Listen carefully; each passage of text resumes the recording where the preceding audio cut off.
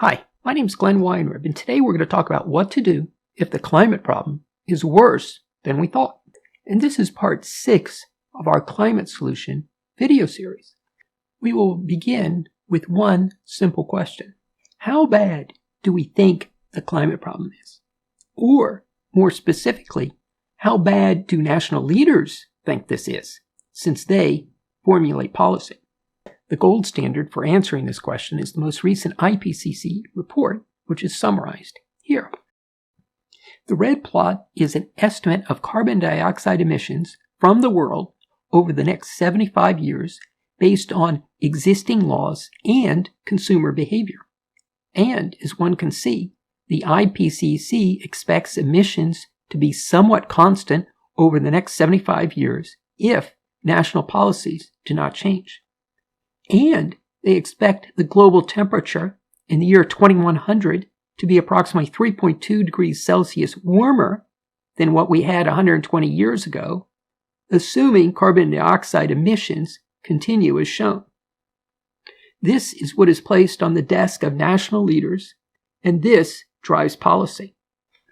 This begs the question, is there evidence the climate problem is worse than this? Let's take a look at some recent data to get a better sense of this.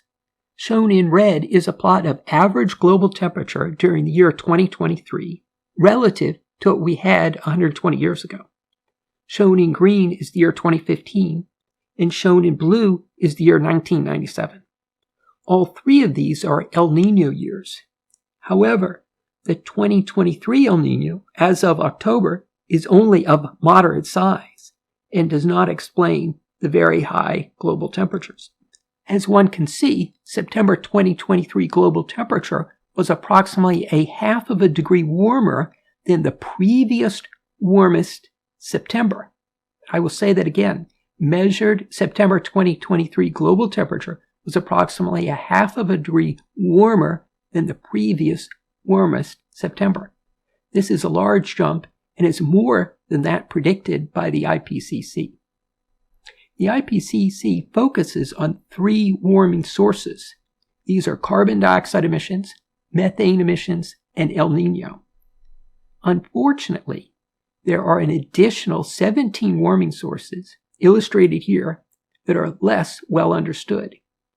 Each of these is capable of producing more global warming after being activated, and they are activated by heat. In other words, they can activate each other in addition to being activated by carbon dioxide-related warming. These are sometimes referred to as tipping points. However, I find that term confusing. I prefer to call them warming sources. We have 3 well-known warming sources mentioned previously, and another 17 shown here for a total of 20. Like it or not, we need to deal with all 20. For the most part, the IPCC models do not expect these 17 additional warming sources to activate anytime soon. However, there is evidence we are not so lucky. Let's look at 2 of these to get a better sense of how this works. We will look at sea ice since it is the easiest to understand. This is a 1 to 2 meter thick layer of snow and ice on seawater. It is so thin, submarines routinely break through. 90% of the sun's energy reflects off of sea ice, whereas the opposite is true with uncovered seawater, which absorbs 90% of the sun's energy. In other words, the Earth becomes warmer when we lose sea ice. Snow and ice on land, shown here, is different. It is often hundreds of meters thick and can sometimes take hundreds of years to melt. Sea ice, on the other hand, is thin and can melt quickly. There's approximately 5 million square kilometers of sea ice around the North Pole, and there's approximately 11 million square kilometers of sea ice around the South Pole. Antarctica is shown here in gray, and sea ice is shown in white. Antarctica is land covered by a 2,000 meter thick slab of ice that would take on the order of 1,000 years to melt. Okay, we have approximately 5 million square kilometers of sea ice in the north, and we have approximately 11 million square kilometers of sea ice in the south. Each of these boxes is 1 million square kilometers. Therefore, 5 boxes shows what 5 million square kilometers looks like, and 11 shows what 11 million square kilometers looks like. Okay, so what would happen if we lost all this sea ice? Well, according to a recent OECD report, we would get 0.6 degrees Celsius of additional warming if we lost the northern sea ice. And we would get approximately twice that if we lost the southern sea ice. In other words, we would get approximately 2 degrees Celsius more global warming if we lost sea ice in both the north and the south. This might seem like a lot, and it is. Also, 16 million square kilometers of sun heating is a lot of heat, and we're only 1 to 2 meters away from this treatment. Okay, so let's put this 2 degrees into context. The vertical axis in this graph shows average global temperature relative to 120 years ago. And the horizontal axis is time. Between 1970 and 2010, warming occurred at a rate of 0.18 degrees per decade, as shown by the dotted line. And over the last 10 years, it seems to be moving at 0.27 to 0.36 degrees per decade, as shown in yellow. And if we add 2 additional degrees due to sea ice loss, we push toward the orange region shown in this graph. Obviously, this is not good. And it gets worse. As mentioned previously, there are additional sources of warming. And they push on each other, like dominoes. Here's an example. Melting northern sea ice is likely to lead to warmer temperatures around Greenland. And this is likely to cause ice melt from Greenland to flow into the Atlantic Ocean. And this is likely to slow Atlantic Ocean currents, which would reduce the transfer of heat from South America to Europe, which is another way of saying South America would become warmer and Europe would become colder. Yet to what extent? Well, eventually the Amazon rainforest would turn into a dry savanna, an example of which is shown here, and Europe would cool by 3 to 8 degrees Celsius, according to a recent OECD report. And the amount of land suitable for growing corn and wheat worldwide would decrease approximately twofold, according to the same report. In other words, this would lead to food shortages, which would lead to higher food prices.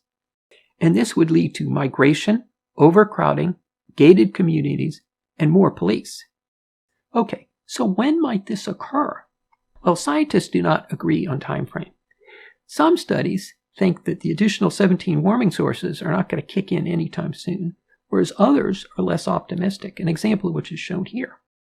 This appeared in a reputable journal, and it predicts Atlantic Ocean currents to collapse in the 2050s, even with aggressive decarbonization. And this 2023 paper makes similar predictions. It was written by one of the most well-known climate scientists in the world. His name is Professor James Hansen, and he directs climate research at Columbia University in New York. This is him in 1988 testifying before Congress. It's likely we're going to be seeing more gloomy reports in the near future. However, what will really get the attention of lawmakers is global temperature measurements that exceed the 0.18 degrees per decade predicted by the IPCC. We are already seeing glimpses of this. However, we might need a few more years of gloomy measurements to become fully convinced. And if global temperatures appear to accelerate upward, IPCC would be forced to revise their estimates. When and if this occurs, a significant response by government would be more likely. However, would they respond reasonably? Or more specifically, would they enact cost-effective programs? In 2001, the United States was attacked by Al-Qaeda. And for every dollar we spent going after Al-Qaeda, it seems we spent $100 rebuilding Iraq and rebuilding Afghanistan. In other words, we lost our minds and wasted money. Today, much of what we do for climate is not effective or is not cost effective. In other words, when and if government decides to go big with climate, we are at risk of wasting money. Now, you might not care if somebody else wastes their own money. However, this puts us at risk of running out of money and becoming fatigued before achieving significant results. This begs the question, what can we do today to increase the probability that government responds reasonably when and if it goes big with climate? The answer is we need to develop policymaking tools that calculate the cost and impact of potential climate policies. This is a bit complicated, and this will be the topic of our next video. For more climate solution videos, visit the link shown here. Thank you for listening.